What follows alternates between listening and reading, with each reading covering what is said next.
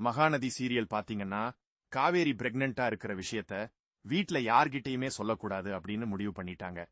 சொன்னா ஃபர்ஸ்ட் விஜய் கிட்ட தான் சொல்லணும் அப்படின்னும் அதே நேரத்துல அந்த கிட்ட செக் பண்ணும்போது அவங்களுக்கு அப்படி ஒரு சந்தோஷம். இந்த குழந்தை தான் எங்க 2 பேரையும் சேர்த்து வைக்க போகுது அப்படின்னு பயங்கரமா ஹாப்பியா ஃபீல் பண்றாங்க. விஜய் கிட்ட தான் ஃபர்ஸ்ட் சொல்லணும் அப்படின்னு ஆசைப்படுறாங்க. இதை இங்க எங்க வச்சாலும் கண்டிப்பா யார் கண்ணுலையாவது மாட்டி அப்படின்னு அவங்க பர்ஸ்ல வச்சுக்கிட்டு அவங்க பர்ஸ கையிலேயே வச்சுக்கிட்டு சுத்துறாங்க. அம்மா, அந்த தெருக்களை அப்பளக்கட்டு கேட்டாங்க, ஒரு 10 கேட்டாங்க, பேக் பண்ணி குடுமா, நான் போய் குடுத்துட்டு வந்துறேன் அப்படின்றாங்க. நீதான் போகணுமா? குமரன் வந்து பணம் கொடுத்து அனுப்பிச்சிருந்தாங்க. பழைய பாக்கிய குமரன் கிட்ட நான் இப்ப ரிட்டர்ன் குமரன் போகும்போது நான் கொடுத்து அனுப்பிச்சிடுறேன் அப்படின்றாங்க. அம்மா, எனக்கும் நடக்கணும் போல இருக்குமா, நான் போயிட்டு வரேன். எனக்கு மாதிரி கொமடிட்டே இருக்கு. வீட்டுக்குள்ளேயே இருக்கிறதுனாலயா என்னன்னு தெரியல அப்படின்றாங்க. சரி சரி, போயிட்டு வா. யாராவது பின்னாடி இதை ஃபாலோ பண்ணிட்டு வரப்போறாங்க அப்படின்றாங்க. நான் என்ன குழந்தையாம்மா, எனக்கு இதெல்லாம் எல்லாத்தையும் பார்த்துக்க தெரியும் அப்படின்னு சொல்லிட்டு கிளம்புறாங்க. அப்போ விஜய்க்கு ஃபோன் பண்ணி தனியா வர சொல்றாங்க. வந்ததுக்கு அப்புறம் விஜய் விஷயத்த பட்டுன்னு போட்டு உடைச்சிடலாமா அப்படின்னு பார்க்கலாம். கெஸ் பண்றாரான்னு அப்படின்னு ஏதேதோ சொல்லி அவங்க மனசுல என்ன இருக்குது, அதாவது குழந்தைய பத்தி உங்க ஒப்பீனியன் என்ன, அப்படி இப்படின்னு எல்லாத்தையும் பேசிட்டு இருக்காங்க. நமக்கு 3 ட்வின்ஸ் பிறக்கணும், அதாவது 4 பொம்பளை பிள்ளைங்க 2 ஆம்பளை பிள்ளைங்க அப்படின்னு சொல்றாங்க. போதுமா அப்படின்ட்டு போதும் போதும், இப்போதைக்கு அதுக்கு மேல வேண்டாம். நம்மளால வளர்க்க முடியாது இல்ல, நம்மளால பாத்துக்க முடியாது இல்ல, அவங்கள வளர்க்கறதுலயே இருந்துட்டா அப்ப நம்ம எப்படி ஜாலியா இருக்கிறது அப்படின்னுலாம் சொல்லிட்டு இருக்கிறாங்க. இத கேட்டு நம்ம காவேரி வெட்கப்படுறாங்க. ஃபர்ஸ்ட் என்ன திடீர்னு குழந்தைய பத்தி பேசுற அப்படின்றாங்க. இல்ல என்ன ஹாஸ்பிடலுக்கு கூட்டிட்டு போறீங்களா அப்படின்னு, எதுக்கு ஹாஸ்பிடலுக்கு போகணும் அப்படின்றாங்க. இல்ல சும்மாதான் எனக்கு ஒரு மாதிரி அப்படின்றாங்க. என்ன உடம்பு இது சரியில்லையா அப்படின்னு தொட்டு தொட்டு பாக்குறாங்க. என் மகன்னு மட்டும் பேசுறாங்க. அந்த வீட்ல உங்களை உன்ன ஹாஸ்பிடல்ல கூட யாரும் கூட்டிட்டு போக மாட்டாங்களா அப்படின்னு எல்லாம் கேக்குறாரு. விஜய் காவேரி இருந்துட்டு, இல்லைங்க, நான் உங்ககிட்ட ஒரு விஷயம் சொல்லணும். நான் ஹாஸ்பிடல்ல வச்சு சொல்றேன். என்ன ஹாஸ்பிடலுக்கு கூட்டிட்டு போறீங்களா அப்படின்றாங்க. இப்பவே வா அப்படின்னுட்டு.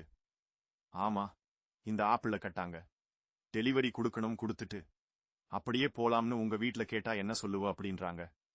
இல்ல, நான் என் ஃப்ரெண்ட் கிட்ட போயிட்டு வரேன்னு ஃபோன் பண்ணி சொல்லிடுறேன் அப்படின்னுட்டு கிளம்புறாங்க. ஃபோன் பண்ணிமா என் ஃப்ரெண்ட் ஷாலினி வீட்டுக்கு வர சொன்னா நான் போயிட்டு வந்துடுறேன். அவங்க அப்பா அம்மா வந்திருக்காங்களாமா அப்படின்னு சொல்லிட்டு, அதுக்கு எதுக்கு நீ போகணும் அப்படின்றாங்க. தெரியலம்மா, வர சொல்லி கூப்பிட்டா நான் போயிட்டு பார்த்துட்டு வந்துடுறேன்.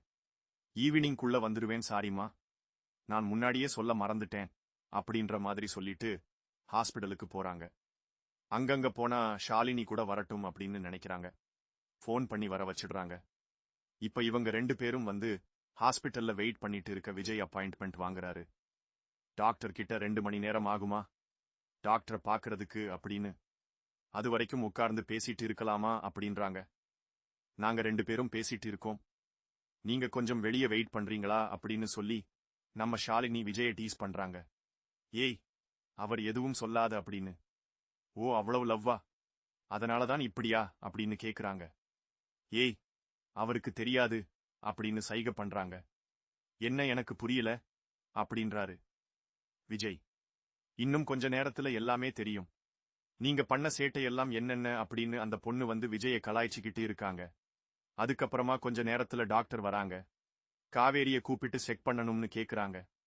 செக் பண்ணிட்டு ரொம்ப வீக்கா இருக்கிறீங்க, ஏதாவது ஃபீலிங்ஸா, மனசுக்குள்ள ஏதாவது வருத்தம் இருக்கா, உங்களுக்கு ஏன் இப்படி இருக்கீங்க அப்படின்னு எல்லாம் சொல்லி கேட்டுட்டு இருக்கிறாங்க. இந்த மாதிரி நேரத்துல ரொம்ப கேர்ஃபுல்லா பாத்துக்கணும். ஹஸ்பண்ட் கூடவே இருக்கணும். ஏதாவது வேலை இருந்தா கூட அதை கம்மி பண்ணிக்கோங்க. வைஃப் கூடவே இருங்க, சரியா அப்படின்னுட்டு. எதுக்கு ஏன் இருக்கணும் அப்படின்னு எல்லாம் சொல்லி கேக்குறாங்க.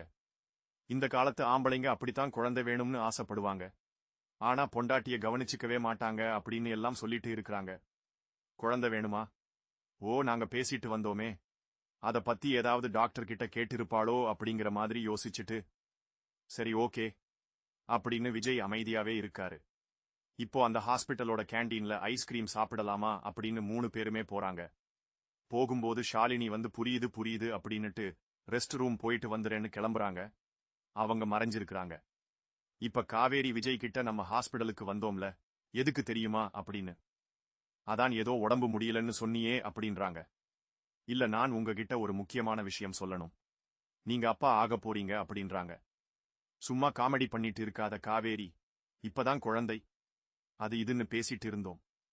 அதுக்கு உனக்கு ஆசை வந்துருச்சா பரவாயில்லை, விடுக்கூடிய சீக்கிரம் ரெடி பண்ணிரலாம் அப்படின்றாங்க.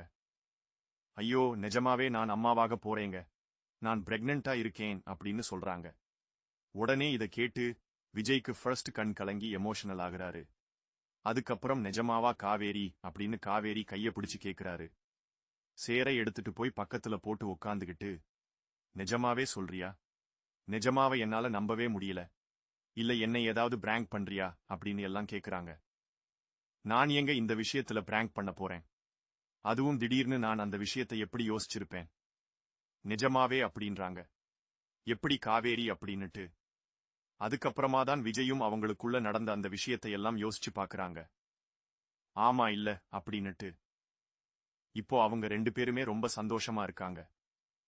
உங்க வீட்ல இருக்கிறவங்களுக்கு தெரியுமா அப்படின்னு விஜய் கேக்குறாரு. தெரியாது. உங்ககிட்ட தான் ஃபர்ஸ்ட் சொல்லணும்னு ஆசைப்பட்டேன். அதுக்காகத்தான் வேற சொன்னேன்னு நீ அங்கேயே சொல்லியிருக்கலாம்ல அப்படின்றாங்க. இவ்வளவு பெரிய விஷயத்தை இவ்வளவு என்னை அலைய விட்டு சொல்ற அப்படின்னு கேக்குறாங்க விஜய். அதுக்கு காவேரி சொல்றாங்க, நான் அங்கேயே சொல்லி இருந்தா ரோடு நீங்க இந்த மாதிரி பக்கத்துல வந்து உட்கார்ந்து பேசிட்டு இருப்பீங்களா அப்படின்னு கேக்குறாங்க. அதுக்கு சரி நம்ம தாத்தா பாட்டி கிட்ட போலாமா, ஒரு நாள் அங்க இருந்துட்டு வரலாமா அப்படின்னு கேக்குறாங்க. இல்ல இல்ல வேண்டாம், வீட்ல நான் இப்பவே ஷாலினிய பார்க்க போறேன்னு தான் சொல்லிட்டு வந்திருக்கேன் அப்படின்னு சொல்லிட்டு, சரி ஓகே அப்படின்னு இவங்க 2 பேரும் பேசிட்டு இருக்காங்க. ஷாலினி வந்துட்டு சவுண்ட் கொடுக்கறாங்க. அதான் ஹஸ்பண்ட் அண்ட் வைஃப் பேசிட்டு இருக்கோம்னு தெரியுது. இல்ல என்ன நந்தி மாதிரி குறுக்க வந்துகிட்டு போமா அப்படின்றாரு விஜய். உடனே ஏங்க, இது ஹாஸ்பிட்டலுங்க, அதுவும் கேண்டீன், யாரா இருந்தாலும் வரத்தான் செய்வாங்க. உங்ககிட்ட அப்பாயின்ட்மெண்ட் வாங்கிட்டு வர்றதுக்கு நீங்க ஒன்னும் டாக்டர் இல்ல அப்படின்னு கலாய்க்கிறாங்க.